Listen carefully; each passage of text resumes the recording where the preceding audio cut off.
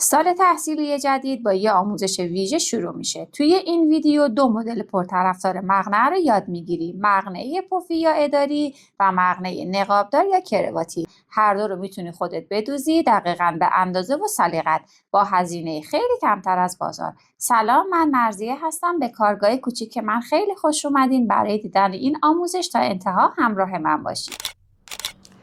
اولین مقنعه‌ای که میخوام بهتون آموزش بدم مقنعه پفی یا مقنعه اداریه.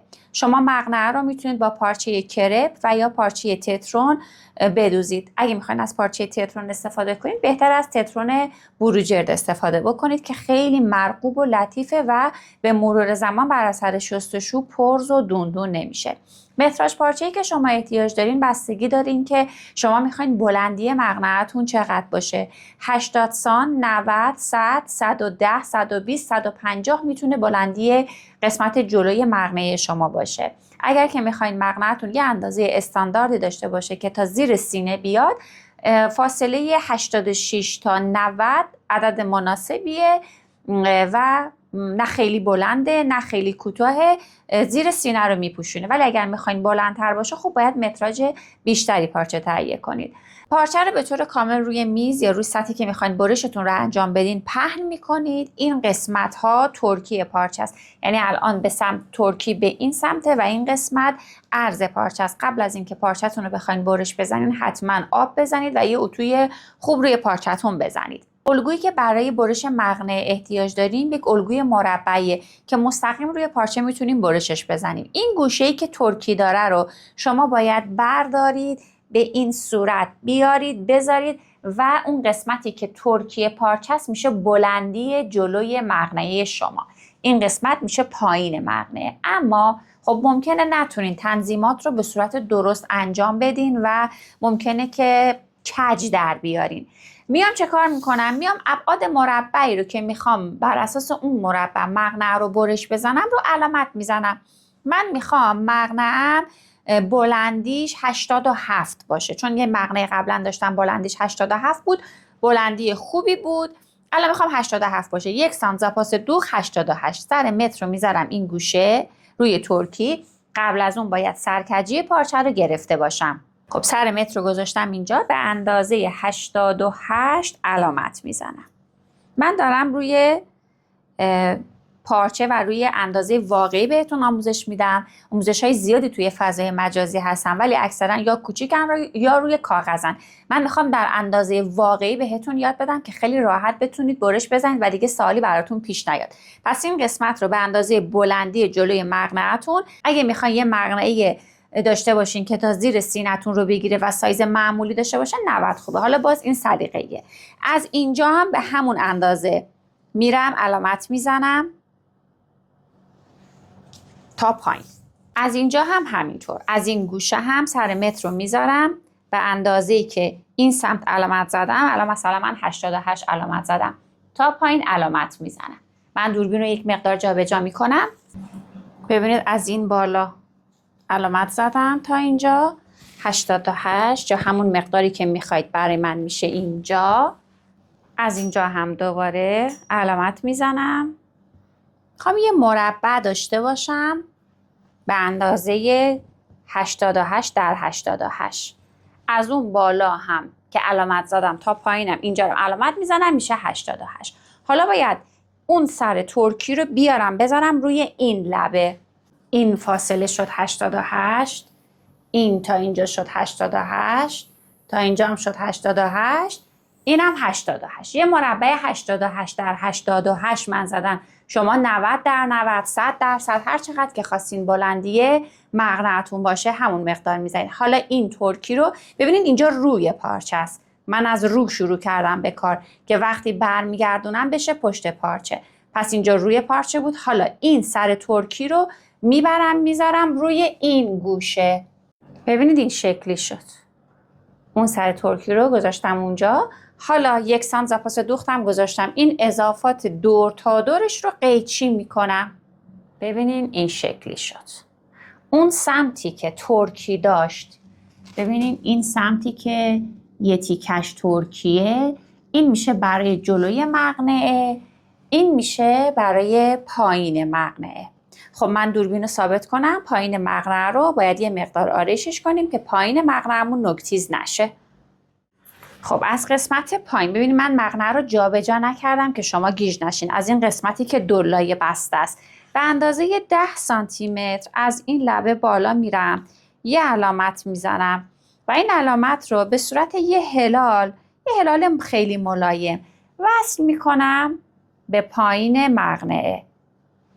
با صابون یا با گچ شما این کار رو انجام بدین، این آرایش رو انجام بدین که اگه دوستش نداشتین تغییرش بدین. خب حالا این رو اضافاتش رو قیچی میکنم. اینجور دیگه این قسمت نوک‌تیز پایین مقنعه من حذف میشه، پایین مقنعه هم نوک‌تیز نیست. ببینید این هلالتون هم باید برسه تقریبا نزدیکای وسط و قطع بشه، یهو نیاد اینجا این هلالتون، یه مقدار یه هلال ملایم برسه به وسط و قطع بشه. خب حالا نگاه کنین اینجا یه سانتش رو صاف بیایید، یه سانتش رو اینجا به صورت صاف بیایید، بعد هلال کنین. یهو نوک‌تیزش نکنید که این گوشه پایین مقنعه‌تون نوک‌تیز بشه. چون من همون ابتدای کار بلندی رو یه سانت بهش اضافه کرده بودم به عنوان زاپاس، دیگه اینجا بهش چیزی زاپاس دوخ ندادم.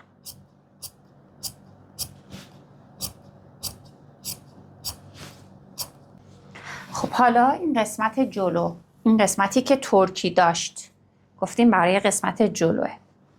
از قسمت بالا، از این لبه بالا به اندازه 35 تا 42 پایین میام، علامت میزنم. من الان به اندازه 40 پایین میام، علامت میزنم. معمولا مقنعه‌ای که توی بازارم هستن رو شما اگه توجه کرده باشین هر وقت که تهیه میکنین بعد تنگ و گشادی مقنعه رو تغییر بدین. به اندازه از این گوشه به اندازه 35 تا 42 پایین بیاین، یه علامت بزنید. از این قسمت به پایینش رو میدوزیم، از این قسمت به بالا دوخته نمیشه. حالا ببینین این قسمت جلو یک سرش ترکی بود، به این ترکیه کاری ندارم، این علامتاتون رو داشته باشین که گم نکنید. به این ترکیه کاری ندارم، به این سمتی که ترکی نیست اینجا رو میبرم سردوزش رو انجام میدم، این دور تا دورش رو هم همینطور میبرم سردوزش رو انجام میدم. قسمت های پایین الان اینی که من دارم یک مربعه، این مربع یه ضلعش سردوز داره، 3 تا ضلع دیگهش سردوز نداره. اون 3 تا ضلع دیگه‌ای که سردوز نداره سردوزش رو انجام میدم که موقعی که خواستم لبه پایین مقنعه رو تو بذارم بتونم از یه تکنیکی استفاده بکنم که دوخت سبکی به من میده. برای تمیزدوزی لبه پایین مقنعه 2 تا تکنیک داریم، یکیش رو روی این مقنعه براتون آموزش میدم، یکیش رو روی مقنعه کرواتی. بریم دوخت این رو با هم دیگه انجام بدیم. بعد از اینکه پاکدوزی 3 تا ضلع مربع رو انجام دادم میام و جلوی مقنعه رو میدوزم. به یه نکته توجه کنید که اگر که ترکی پارچه شما ترکی خوبی نیست، صاف و صوف نیست، موج داره، حتما ترکی رو قیچی بکنید و این قسمت رو هم سردوز انجام بدین. الزامی نیست که حتما یک ضلعش ترکی باقی بمونه. خب حالا گفتیم که از این بالا تا اینجا بازه دوخت نمیشه، از اینجا به بعد دوخت میشه. هم اندازه زاپاس دوخت 1 سانتی که گذاشته بودم این قسمت رو میدوزم. ابتداش رو چند بار رفت و برگشت میرم که محکم باشه و تا پایین رو میدوزم و در نهایت بعد از دوخی و تو این قسمت میشه. حالا میخوام قسمت پایین رو، لبه پایین رو تمیزدوزیش رو انجام بدم. گفتم به 2 طریق میتونیم تمیزدوزیش رو انجام بدیم.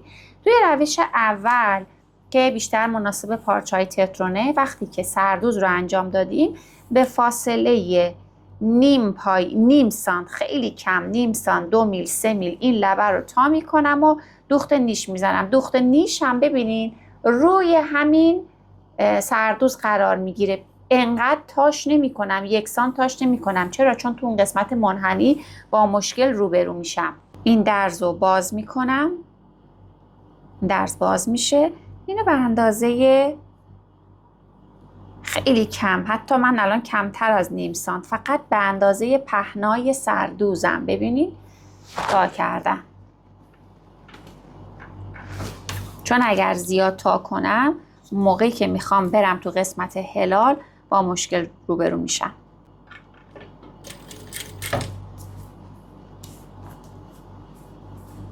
اصلا اصلا مغناهای بازاری فقط همین پاکدوزی رو داره دیگه، حتی این دوخت هم نداره.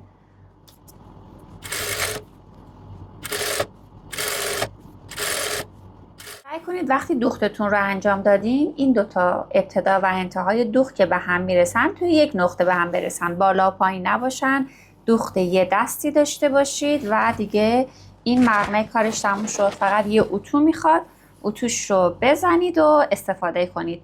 بریم برای آموزش مغنه دوم. دومین مغنه‌ای که میخوایم با هم بدوزیم مغنه کرواتی یا مغنه مهمانداریه که مرحله اولیه برش مغنه کرواتی دقیقا شبیه مغنه پفی یا مغنه ساده است که توی قسمت قبل با هم دیگه برشش رو انجام دادیم. من دیگه برشش رو زدم که تکراری نباشه. حتی اون قسمت پایین رو 10 سانتیمتر بالا پایینش رو هلال کردم کامل. الان شبیه یه مغنه پفیه. فقط نکته‌ای که داره این که شما باید قد مغنه کرواتی رو بلندتر بگیرین. گفتم توی مغنه پفی شما مثلا مغنه 90 مغنه خوبیه تا زیر سینه رو پوشش میده، اما توی مغنه کرواتی چون یک بخشی از بالاش باید حذف بشه شما باید قد مغنه رو بلندتر بگیرین. برای بچه‌ها 90 خوبه، برای افراد بزرگسال 110 یا حتی اگر دوست دارن مغنه خیلی بلند باشه 150. پس 110 نرماله برای افراد بزرگسال توی مغنه‌های کرواتی. خب برای مغنه کرواتی من به 2 تا اندازه احتیاج دارم. اندازه اول اندازه دور تا دور سره. ببینین شما متر رو زیر چونه شخص میذارید یا زیر چونه خودتون میذارید و دور تا دور سر رو اندازه میزنید. متر رو خیلی کیپ نگیرید. وقتی که دارین اندازه میزنین متر خیلی کیپ سر نباشه، یه مقدار خیلی کم آزادی داشته باشه که این مغنه خیلی تو سر وقتی که پوشیدنش احساس خفگی نکنین، تکون بخوره متر دور سرتون، یا 1-2 سانت مثلا آزادی بیشتری بدین. پس 1 دور تا دور سر رو احتیاج داریم. اندازه بعدی که احتیاج داریم از وسط این گوش تا وسط این گوش هست. ببینین از اینجا تا اینجا رو متر رو بذارین وسط گوشتون، اندازه بزنید، متر رو از روی سرتون رد بکنید. ببینین پیشانی نه، از روی سر رد میشه میاد و میرسه به وسط گوش بعدی. این 2 تا اندازه رو بهش احتیاج داریم. خب این پارچه‌ای که من دارم الان استفاده میکنم پارچه کرپه که میخوام پایینش رو به یک روش دیگه‌ای بدوزم. اون روش قبلی برای مخصوص پارچه‌های حالا تترون بود، این برای پارچه‌های کرپ مناسب‌تر روشی که بهتون میگم. اگه پارچه‌تون کرپ بود حتما زیر دستتون رو یه پتوی پرزار پهن کنید که تکون نخوره و لبه ها رو هم سوزن بزنید، چون پارچه کرپ خیلی زود جابجا میشه و تنظیماتش به هم میخوره. خب اندازه اولی که داشتیم اندازه کل دور سر بود. این اندازه هر چقدر که بود تقسیم بر 2 میکنیم. مثلا برای من اندازه کل دور سر از زیر چونه دور تا دور سرم شده 60 سانتی متر که نصفش میکنم میشه 30 سانتی متر. این اندازه معمولا بین همین 30 تا 35 وقتی نصفش کنید در میاد. قاعده خطکش یا گونیاتون رو میذارین روی این دلای بسته، میذارید اینجا و میایین. الان برای من دور تا دور سرم شد 60، نصفش میشه 30. ببینید منظور از دور تا دور سر این خط آبی رنگه. برای من شد 60، نصفش میشه 30. میام قاعده گونیا رو میذارم روی این خط دلای بسته، میام پایین، عدد 30 اینجاست، میام جوری که عدد 30 برسه به این لبه و یه خط صاف میکشم. ببینین الان یعنی این خط صاف نصف دور تا دور گردن دور تا دور سرمه و به اندازه 30 سانتی متره. 1 سانت زاپاس دوخت براش میذارم و این رو برش میزنم. ببینین برای همین بهتون گفتم قد مغنه رو بلندتر بگیریم. ببینین اینقدر ازش کسر شد و اینقدر قسمت جلوی مغنه شما میشه، پس بلندتر باید بگیرید. خب اندازه بعدی که بهش احتیاج دارم اندازه گوش تا گوشه، این خط قرمز رنگ. این رو باز هر چقدر که بود نصفش میکنم و از این دلای بسته نصفش رو علامت میزنم.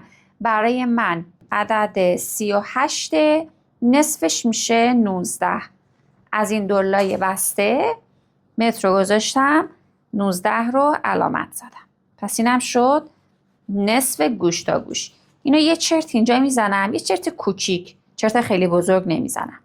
خب حالا باید نقاب بالای کروات رو، نقاب بالا رو که حکم کروات داره رو آماده کنم. برای کروات شما از اون اضافه دورریز پهلوی پارچتون که مقنعه رو برش زدید میتونید استفاده کنید. یه نوار احتیاج داریم به پهنای 16 سانتی متر که یه نقاب 8 سانتی متری در نهایت بده. حالا این نقاب رو میتونید کمتر و بیشتر هم بکنید، ولی خب دیگه استانداردش همون 16 که در نهایت کروات شما یک کروات 7.5 به شما بده، چون زاپاس دوختم با خودش در نظر میگیریم.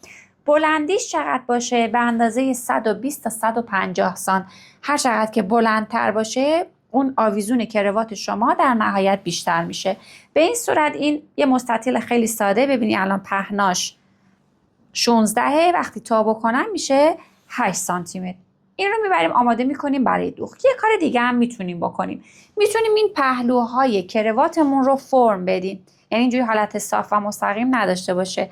از این پهلوها اینجا به این صورت بیایم یه حالت مثلا اینجوری بهش بدیم، پایینش رو یه مقدار هلال بکنیم، یا نه مثلا میتونید پایینش رو اینجوری خط صاف بکشید. اینا دیگه سلیقه‌ایه که بخواین کروات شما چه شکلی باشه.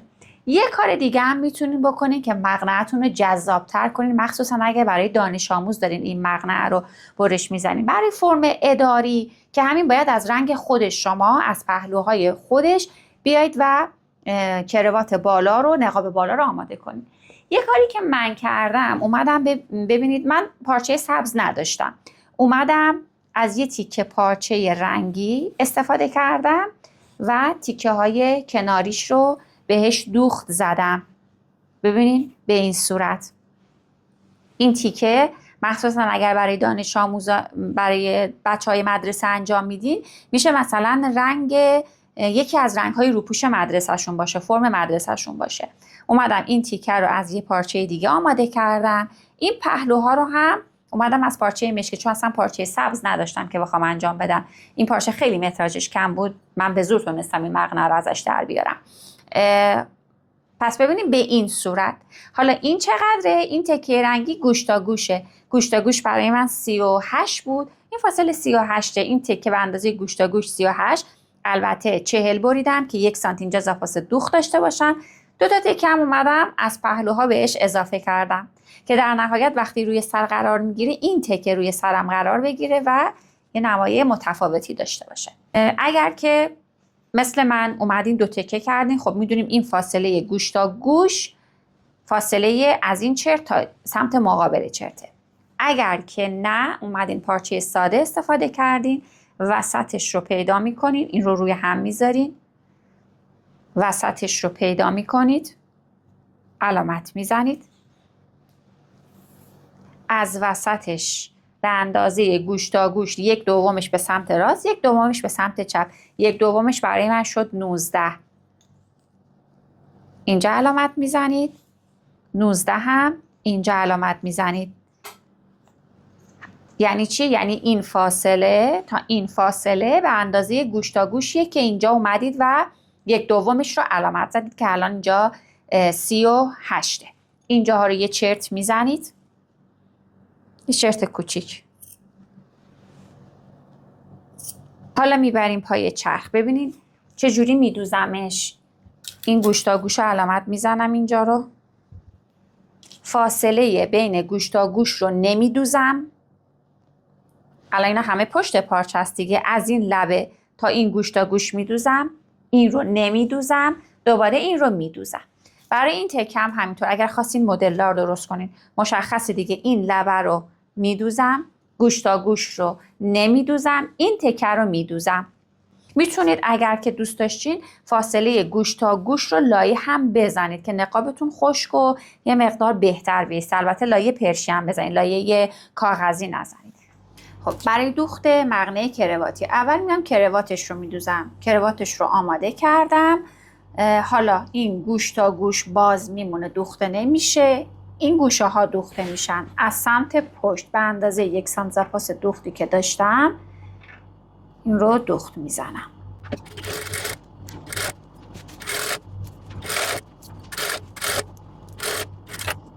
این قسمت رو نمیدوزم، میام اینجا رو میدوزم.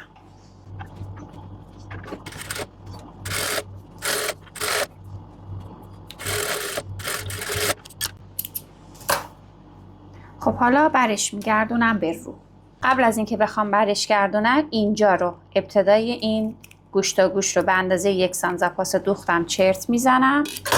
اینجا هم همینطور، بعد کامل برش میگردونم و اتو میزنم. این چرت رو اگر نزنم موقع برگشتنش این قسمت خوب بر نمیگرده. پس این گوشه رو به اندازه 1 سانزاپاس دوختم یه چرت میزنم. اتو کردم، به این صورت در اومد. ببینید این شکلی شد. این چرت ها باعث شد که این قسمت کامل برگرده. حالا مقنعه رو میارم. خب این از مقنعه. فقط قسمت جلوی مقنعه رو سردوز میکنم و تمیزدوزیش رو انجام میدم. این قسمت جلوی مقنعه است. این قسمت بالای مقنعه بود که اومدیم چرت گوشت تا گوشت رو روش زدیم. حالا این تکه رو میارم از سمت داخل، از داخل. ببین اینجا داخل مقنعه است. این علامت گوشت تا گوشت رو میذارم اینجا، فیکسش میکنم. ببینید من اینجا هم رنگ پارچم فرق میکنه، هم چرت دارم. شما اگر پارچتون یک رنگ بود علامتش رو خب زدید همون ابتدا. این قسمتی که بازه، این سرش هم میارم میذارم اینجا. ببین از سمت داخل مقنعه، اینجا پشت مقنعه است. اینم میذارم اینجا.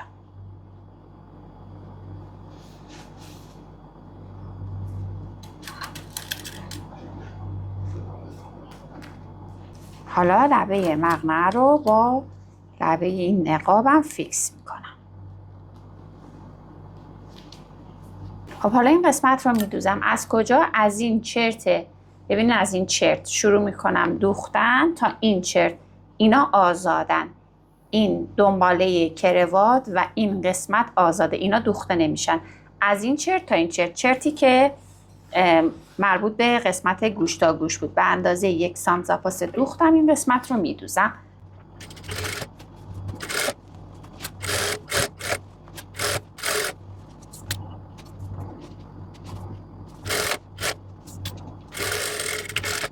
ببینید به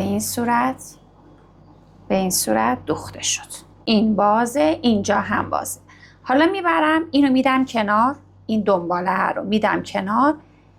از این گوشه شروع میکنم سردوز زدن. یک سر این رو هم سردوز میزنم. این رو دوباره میدم کنار که این درگیر نشه. میام تا اینجا سردوز میزنم. پس این دنباله ها رو کاری ندارم. از این گوشه، از اینجا تا اینجا رو یه تیکه سردوز میکنم. وقتی که سردوزش رو انجام دادین، حالا به اندازه 1 سانتی که اینجا زاپاس دوخت داشتین، این رو به سمت داخل تا میزنید از این لبه. ببین الان همه کاری که داریم میکنیم روی لبه بالاه، روی لبه بالایی که روی سر قرار میگیره.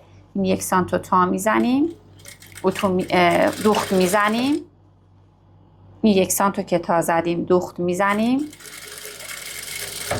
بعد از اینکه سردوز زدیم، حالا دیگه من سردوزش رو نزدم. خب تا اینجا رو. خب حالا اینجا رو چه کار کنم؟ این اضافات دوخت رو میدم به سمت زیر، از سمت رو این رو بازم میدم کنار که درگیر دوخت نشه.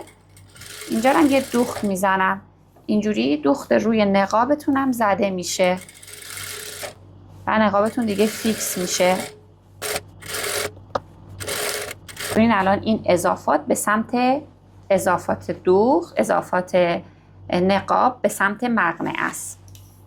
خب دوباره به اینجا که نزدیک شدم، این رو به اندازه 1 سانت بعد از سردوز کردن میرم زیر، این کناره که درگیر نشه میام و این رو میدوزم. حالا 2 تا لبه جلوی مقنعه رو روی هم دیگه میذاریم و جلوی مقنعه رو هم میدوزیم.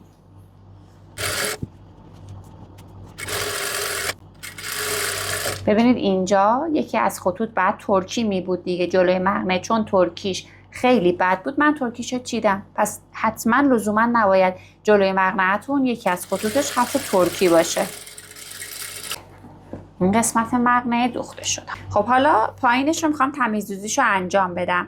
به روش دیگه‌ای که بیشتر برای پارچه‌های کرپ استفاده میشه، درز دوخت رو باز میکنم، به اندازه نیم سانت 75 میل این لبه رو تا میزنم، یه دوخت نیش روش میرم. ببینید دقت کنید که دوختتون دوخت نیش باشه. یعنی چی؟ ببینید من اینو که به اندازه نیم سانت تا کردم، اینجا به اندازه نیم سانت تا شده، سوزن رو اینجا نمیذارم، سوزن رو این لبه میذارم، به اندازه 1 میل از لبه فاصله داشته باشه.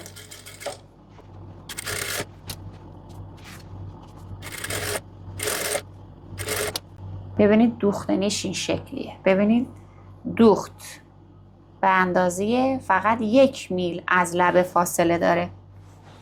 خب حالا میام اضافات دوخت رو به اندازه 2-3 میل سبک میکنم و قیچی میکنم، فقط 2-3 میلش باقی بمونه.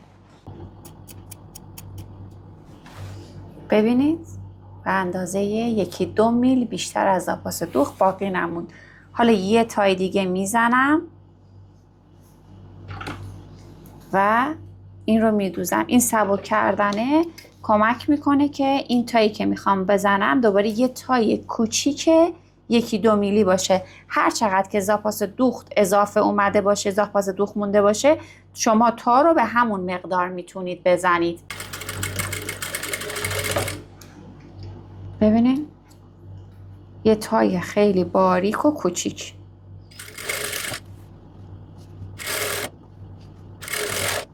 اگر بتونید این دوخت دومتون رو روی همون دوخت اول بزنید که دیگه خیلی دوخت تمیزی دارین و در نهایت پایین مقنعه به این صورت در میاد.